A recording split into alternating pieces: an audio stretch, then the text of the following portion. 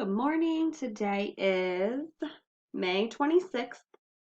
It's Tuesday. You are on Module 8, Lesson 8. Your learning target says, I can interpret equal shares in composite shapes as halves, thirds, and fourths.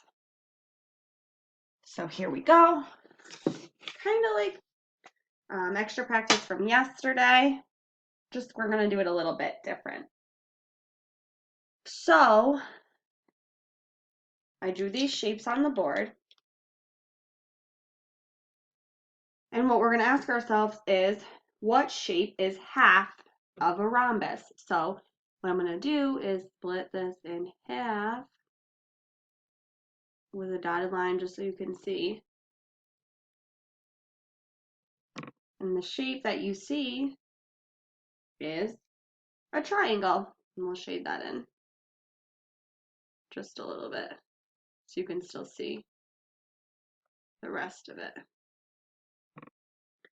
So then next, which shape is the same as half of a hexagon?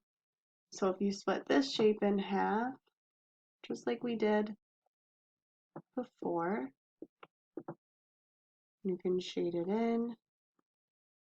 That's going to be a trapezoid. So what shape is half of a trapezoid? I'm sorry, not half. We're going to cut this shape into thirds now. So that's what we're going to be practicing doing. We have halves, we have thirds, and then we're going to practice fourths as well.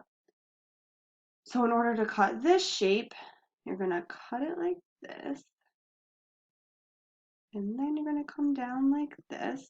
And there's 1, 2, 3 different parts, which means you're cutting it into thirds. We can shade one in for you to visually see that. There you go. So now we can ask ourselves different questions using this. So I'll call this number 1 for now, just because we're going to focus on this one. I have a few questions I'm going to ask you. What fraction of this shape is shaded in? So remember, we talked about this briefly a few weeks ago.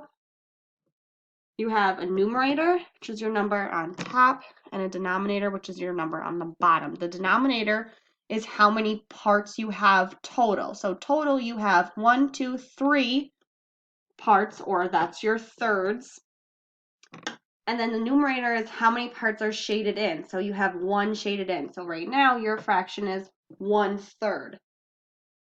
So this is what we're going to be practicing today. We're going to be practicing shading in shapes and cutting them in half, and then telling the fraction. Is it 2/3, 1/3, 1/2? And that's what we're going to practice now.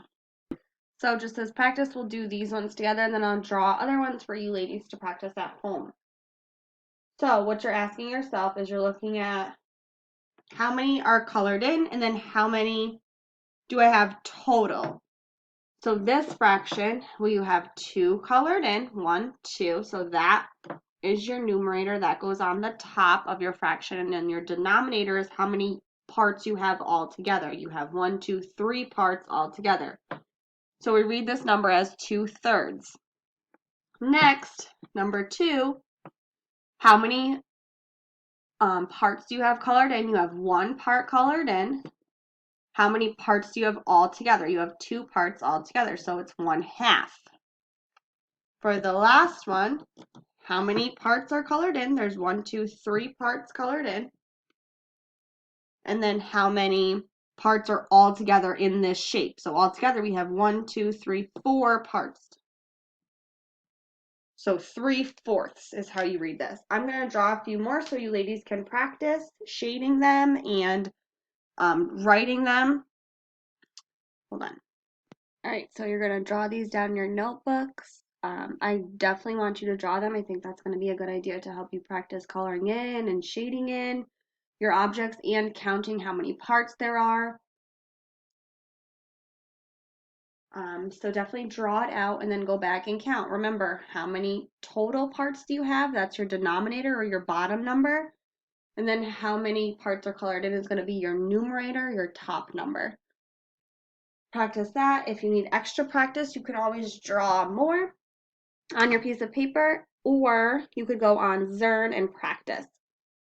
Keep up the good work, ladies, and I'll see you tomorrow.